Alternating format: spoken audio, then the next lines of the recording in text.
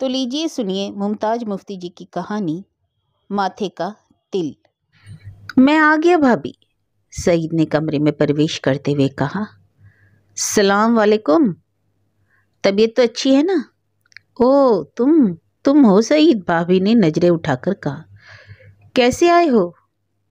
बस आ गया हूँ, 2 दिन की छुट्टियां थी, मैंने कहा चलो भाभी से मिला हूँ। भाई साहब कहाँ हैं? दफ्तर गए हैं। कहो मौसी का क्या हाल है? बहुत बहुत प्यार देती थी, कहती थी किसी दिन हम सब मिलने को आएंगे। वहाँ कोई तकलीफ तो नहीं तुम्हें? तकलीफ? ओह क्या बताऊं भाभी, बड़ी तकलीफ हुई मुझे। सईद दीवार की ओर मुंह करके मुस्कुरा दिया। भाभी मशीन चलाते चलाते रुक गई। तकलीफ है तो वहाँ रहने की क्या जरूरत? वापस बोर्डिंग में चले जाओ।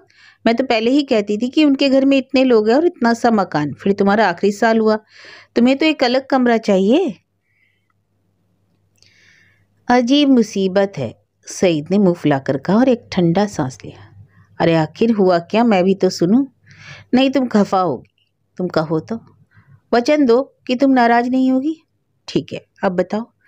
वह उठ बैठा और बड़ी अधीरता से इधर उधर घूमने लगा। यानी बिल्कुल ही बता दूं क्यों भाभी? अरे कुछ बताओगे या नहीं? कैसी अजीब आदत है तुम्हारी? भाभी चिढ़कर बोली।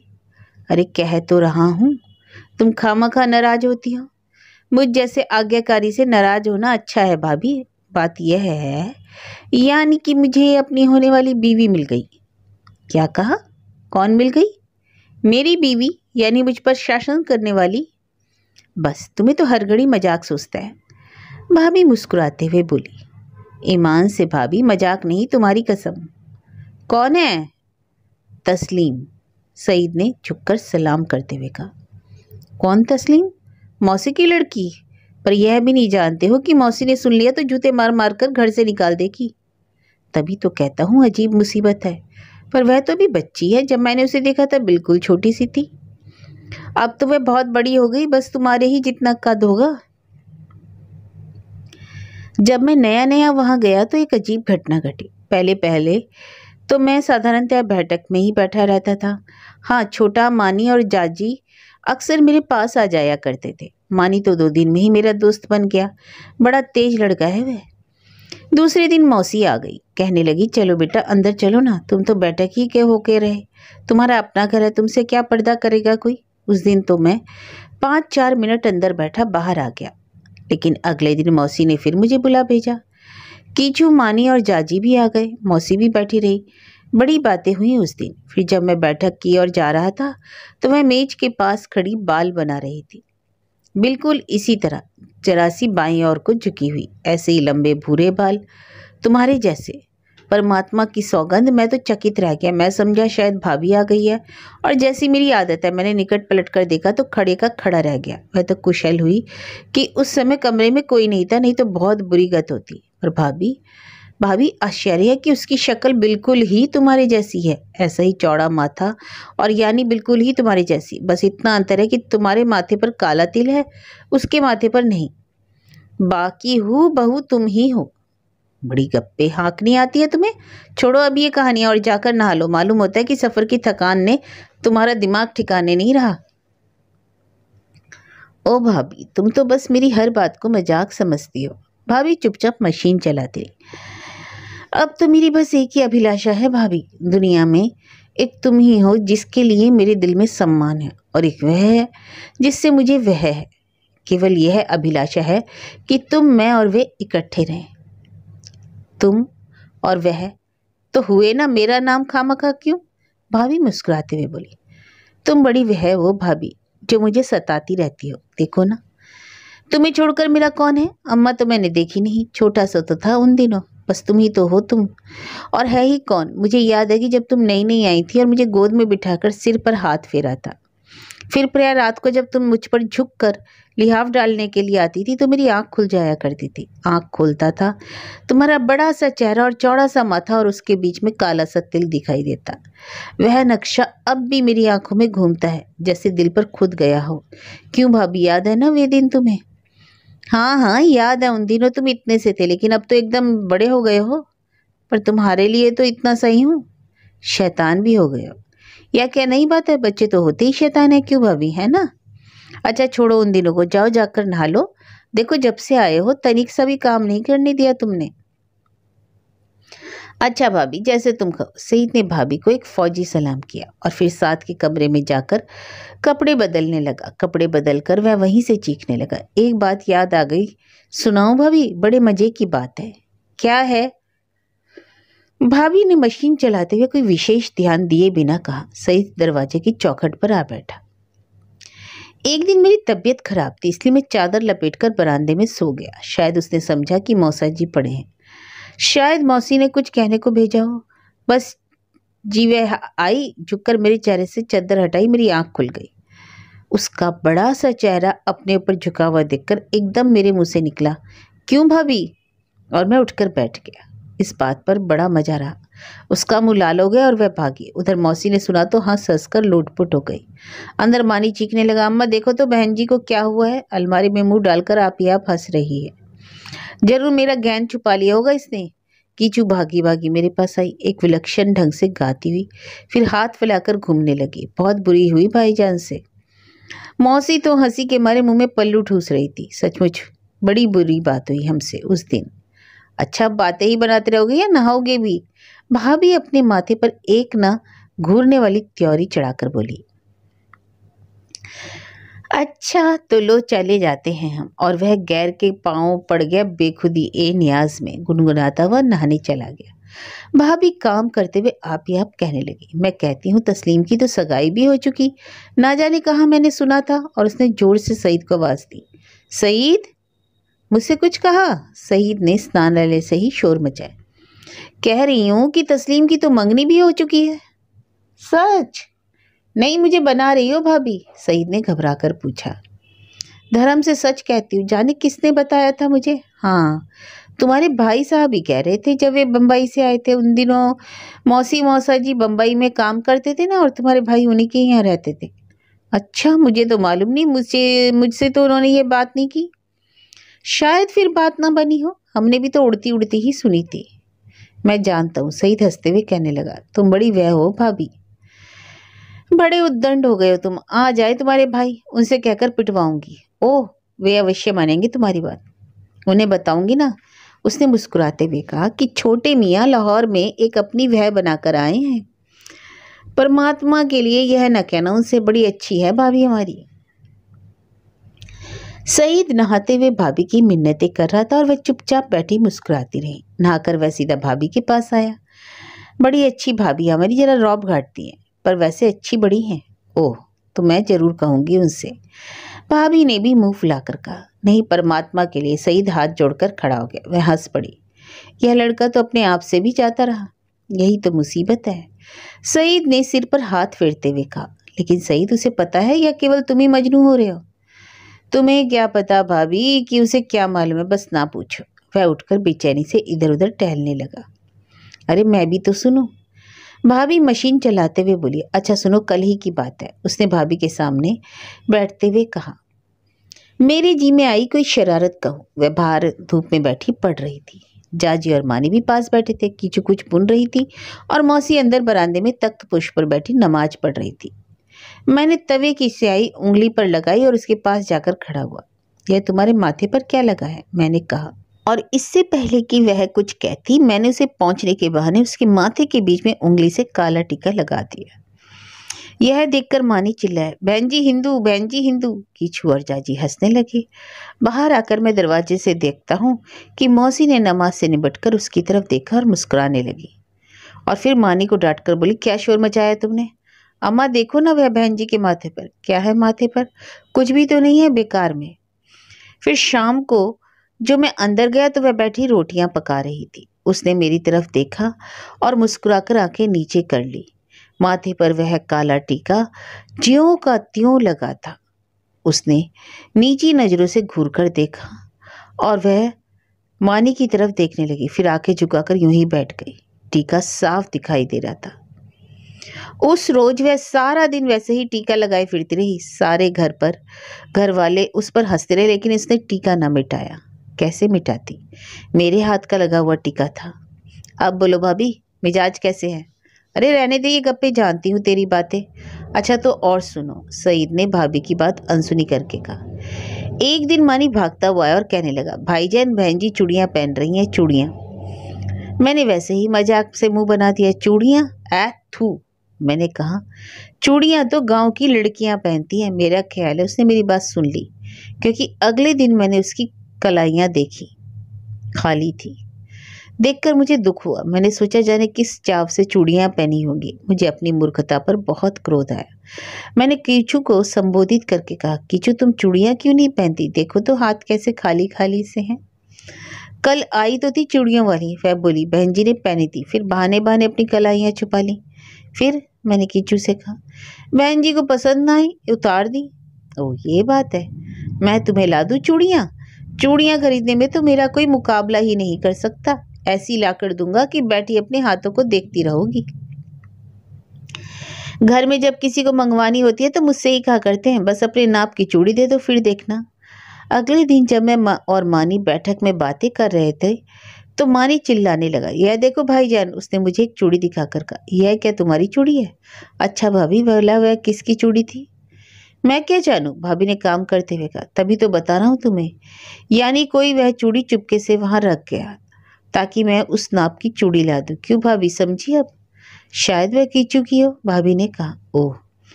सईद ने सिर हिलाया। मैंने कीचू की कलाई से मिलाकर देखा, वह बहुत बड़ी थी। मैं उसे हर समय अपने पास रखता हूँ। अब भी मेरे पास है, दिखाऊं? वह उठ बैठा और सूटकेस से एक चूड़ी निकालकर भाभी को दिखाकर कहने लगा, यह देखो भाभी। भाभी ने उसे हाथ में लेकर कुछ देर ध्यान से देखा, फिर बोली, तौबा, कितना झूठा है, गप मारने में कमाल कर दिया तुमने।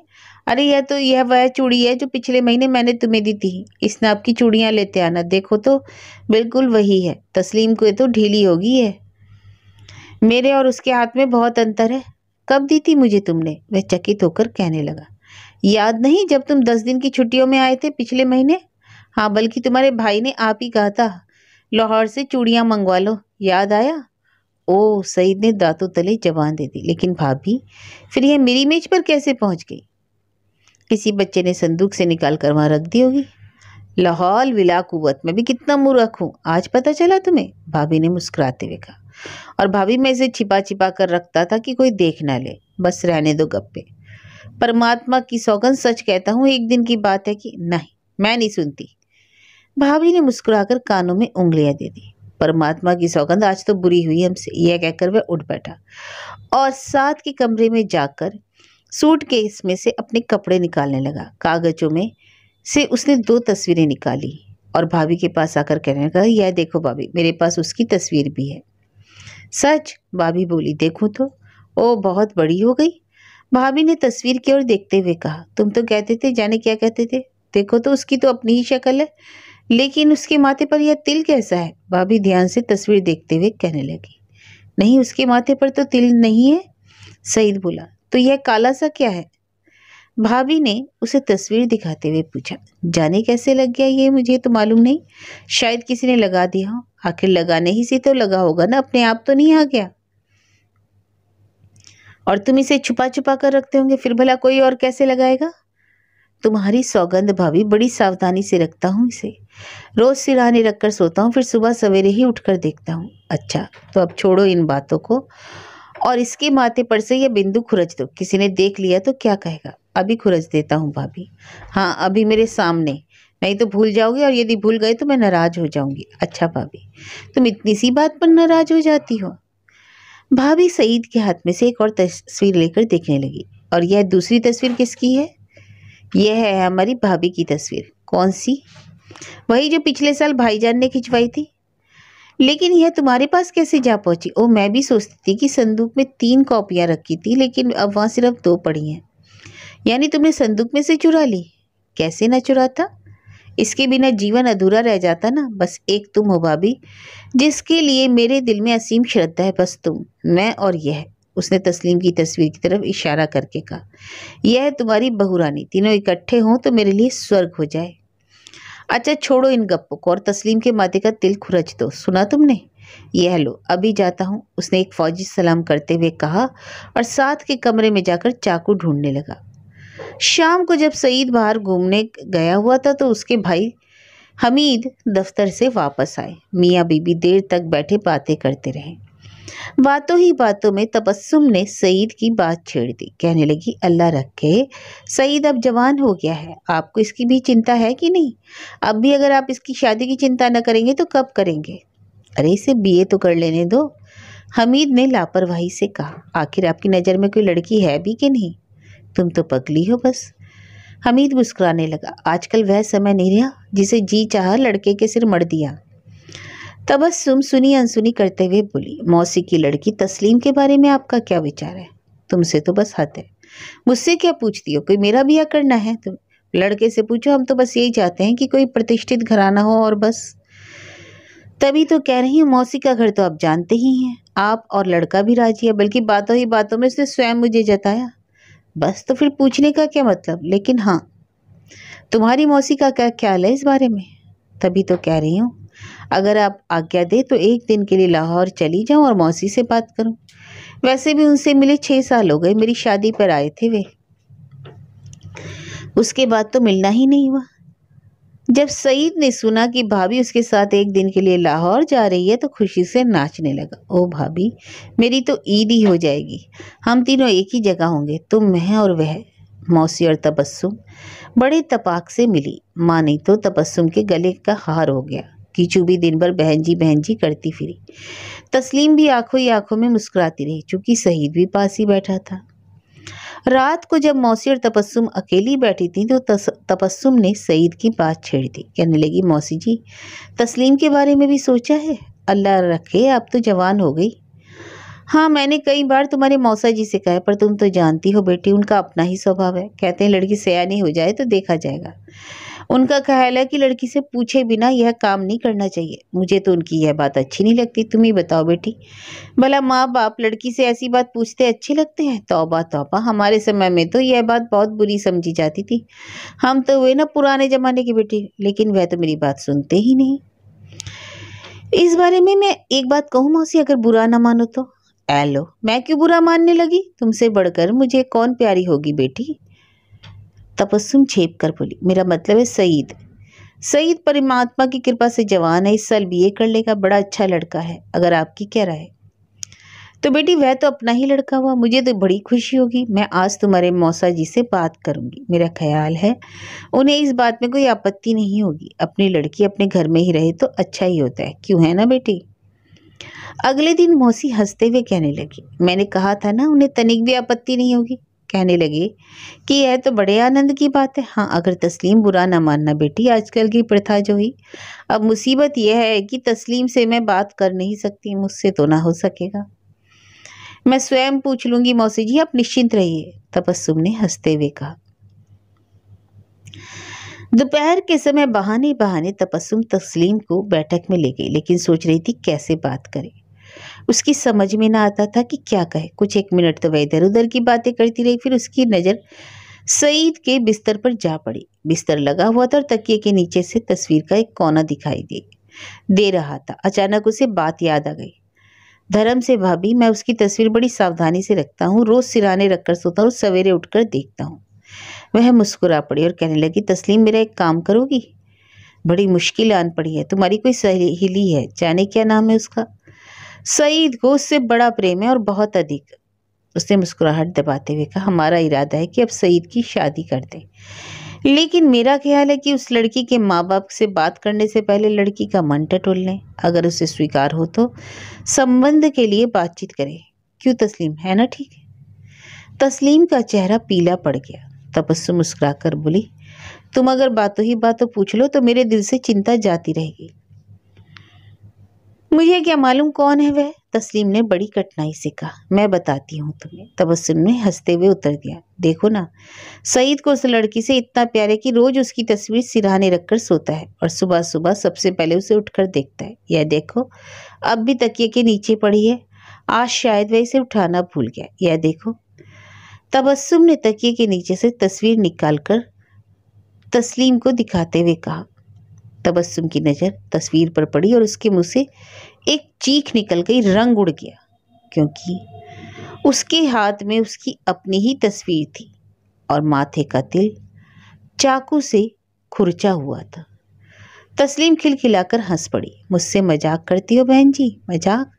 हंसते हंसते उसकी हिचकी सी निकल गई। उसका मुंह लाल हो गया और गाल आंसुओं से तर थे। ठीक उसी समय सईद कमरे में दाखिल हुआ। जाजी जो जाने कब से दरवाजे में आ खड़ा हुआ, सईद को देखकर चिल्लाने लगा, देखो भाईजान, बहन जी को क्या हो गया? मुंह से हंसती है और आंखों से रो रही है।